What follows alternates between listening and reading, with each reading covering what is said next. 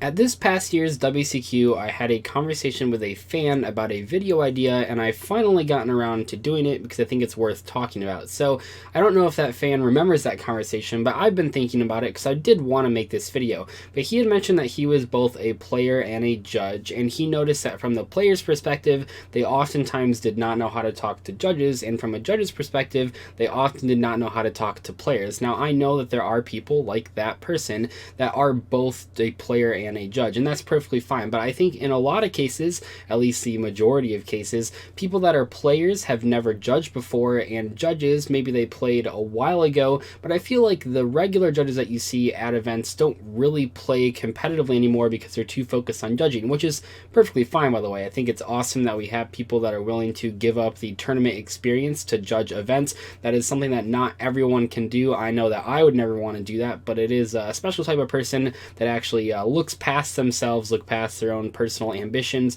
and decides to become a judge to help the game run a little bit smoother than it would without them.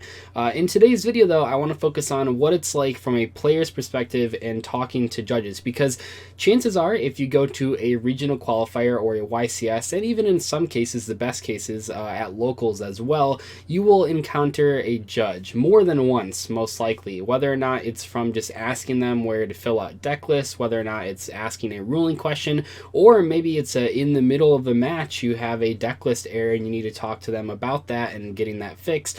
There are a lot of situations where you are talking to a judge, and I want to focus on some tips to talk to them, because you have to remember that judges are just people. I know some people sort of antagonize them for no reason, and maybe I'm biased because I've met a ton of great judges in my Yu-Gi-Oh history, but I think in general most judges are not out to get you. They're not out to give out penalties if they don't need to be warranted. I think judges just want the game to run as smoothly as possible while following the rules. I think a lot of people forget that. So in terms of the most common interaction with a judge that you'll probably come across, how do you ask for a ruling in a duel? Because at regional qualifiers, and I see people, maybe it's just because I'm a known player, quote unquote, but I oftentimes see people next to me that are having a ruling disagreement at a regional or YCS, and they simply don't call a judge. And all the time, when especially if someone seems dissatisfied with what the other player is playing, I just remind them, hey, you guys know that you can just call a judge for whatever. And that's true. You can call a judge no matter how weird the ruling is, how simple the ruling is for that matter. If you think something is wrong with the ruling that your opponent gave you, that they told you how a card interaction works, you can call a judge. And how you do that is you raise your hand and yell for a judge. I see sometimes one of two things happen. They either just raise their hand or they just call for a judge. It really helps if you do both, because if you just yell judge, the judge won't actually know which table to go to, and if you just raise your hand, that won't quite catch the attention of the judge walking by. And you have to keep in mind that at many tournaments, not so much YCSs, but more so at like regionals and locals possibly, there's not enough judges to answer every call immediately. If a judge takes more, I don't know the exact amount of time, but I believe it's if a judge takes more than a couple minutes to get over to you, you can be issued a time extension. But once you talk to that judge, you have to explain the situation. And I should keep in mind, first off, never address the judge by their own name, especially if they're like a good friend of yours. A judge in a judge uniform is just judge. It's not your friend John, it's not your friend Bill, it's just judge. And the reason that you have to do that is because if you call a judge over by name, your opponent might suspect that they're going to give an incorrect ruling just to favor you because you're their friend. So just stay away from that. Just call them judge. That'll make things a lot easier. When the judge comes over, if they're following protocol, they should ask you whose turn is it, what's going on, and at that point, especially, I think a lot of times ruling questions happen in like a variety of chain links. At least in the last couple events that I've been at, it usually is like a huge chain links with like altar guys versus other cards, and basically you just have to go through what just happened to kind of give them an idea. Don't I mean, absolutely do not, when they come over, say how does this card work versus this card. You have to actually tell them what's going on, not just ask this card versus this card. If you're in any of the judging Facebook groups, you might actually realize that anytime someone asks how does X card versus work versus Y card, the comments are always, what are you even asking? Like, you have to be more specific, and that definitely translates over to when you're actually playing a physical duel as well. Furthermore, you should probably realize that in any situation, even if they're super commonly played meta cards, or even if they're cards, maybe not so much like Dark Hole and Regeki, but even if they're cards like MST or Cosmic Cyclone, your judge is very likely going to ask to read those cards. And I see time and time again, and it frustrates me to no end, people just refusing to give the cards up. And it's like, well, you should know what this card does. The judge has to read the card so that they can double check the problem-solving card text, and that's perfectly fine. That's what they're supposed to do. I don't know why people get frustrated with that, because if anything, I would rather have a judge reading every single card than a judge reading no cards. You don't really want to put it on the judge to possibly remember every single card in the game. I'd much rather them just have a blanket statement that they have to read every single card. So don't get frustrated at your judges for just reading the cards. That's what they're supposed to do. We want them to be doing that so they don't mess anything up, so they can read the colons and the semicolons, all that sort of good stuff on problem-solving card text. Just let them read your cards. It's not that hard.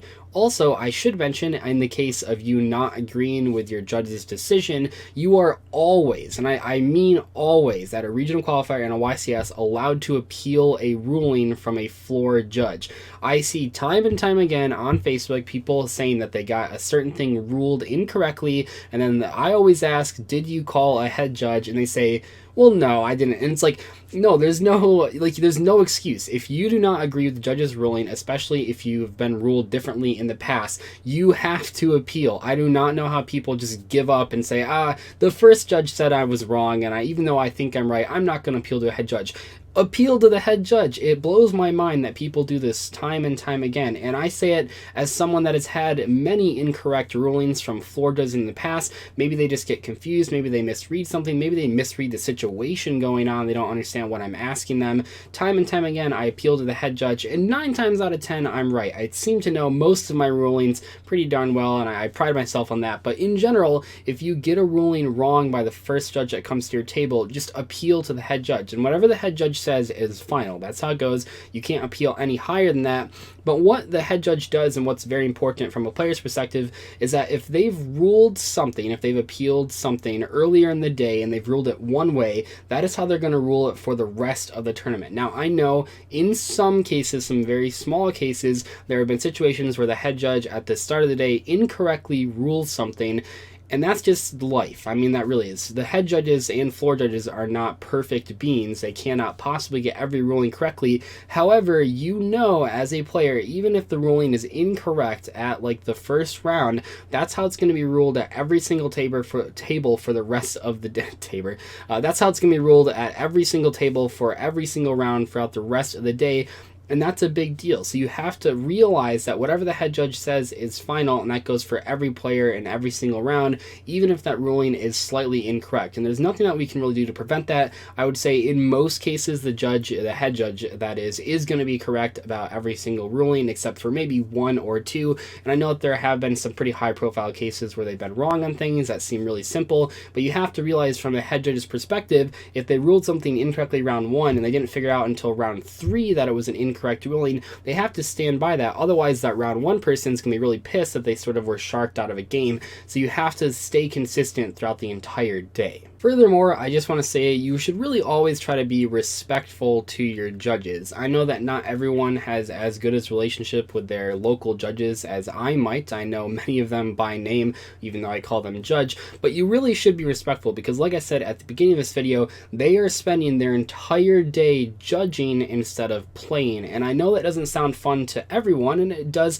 I mean, the judges, they're choosing to do that. They're not technically volunteers anymore because they get paid minimum wage based on whatever state they're doing the judging in, but overall they are basically spending their entire day where you're having fun playing Yu-Gi-Oh! They're the judges. They're the behind the scenes people making sure the tournament doesn't explode in a fiery catastrophe. That's a pretty big weight on their shoulders, so please be respectful to those judges. I see time and time again people disrespecting judges, especially when the judges are off duty, when they all get breaks. I don't know how many breaks they get, maybe 1 or 2, but if you see a judge on their break, don't go up and ask them like ruling ruling questions. They're on their break. They don't want to answer ruling questions during that time. Just let them do whatever they're doing. But just in general, be kind to judges. I mean, be kind to everyone. But in the case of judges, they're going out of their way. Instead of playing the game that you're playing, they are choosing to judge it because they want to make sure that the game goes smooth. And that's a big deal. We need judges to play the game. Technically, you can play like a single match without a judge, but in terms of like an actual regional or YCS, if judges didn't exist, those events wouldn't work. And as someone that played at a Pokemon regional qualifier a long time ago, when they only had like 2 judges and none of them really knew rulings, I definitely had a greater appreciation for the judges that are at Yu-Gi-Oh events. The judges at Pokemon events, because Pokemon cards are so simple, very often, every single time that a question was asked of them, which wasn't very often, maybe like once a round for all of like the 300 players, which is crazy to think about, they would just have to Google it. And when you compare that to like a Yu-Gi-Oh judge, they know so much about policy and problem-solving card text. It's really impressive, and we can't expect them to be perfect all the time. So just being courteous of when they get something wrong, just appeal to the head judge. You don't have to call your original judge like stupid or an idiot. Just appeal to the head judge. That's perfectly fine. Also, I should mention as one last note, you can't appeal to a head judge before the floor judge has given their ruling. Like if a floor judge comes over and you think that they sound dumb or something, you can't just automatically say, I'm just going to appeal whatever you say. That's not how you should go about things. Anyway though, hopefully this video was helpful. I think it is a very important topic to talk about. How do you interact with judges? Because that is important. That's going to come up at bigger events, and knowing your options, knowing that you should appeal, knowing that you should even call a judge in the first place, because you don't have to trust your opponent on anything. Don't let yourself get swindled out of rulings from your opponent or from the floor judge. Always appeal to a head judge if you feel that you're in the right. Anyway though, thank you guys so much for watching. I will see you later. Goodbye.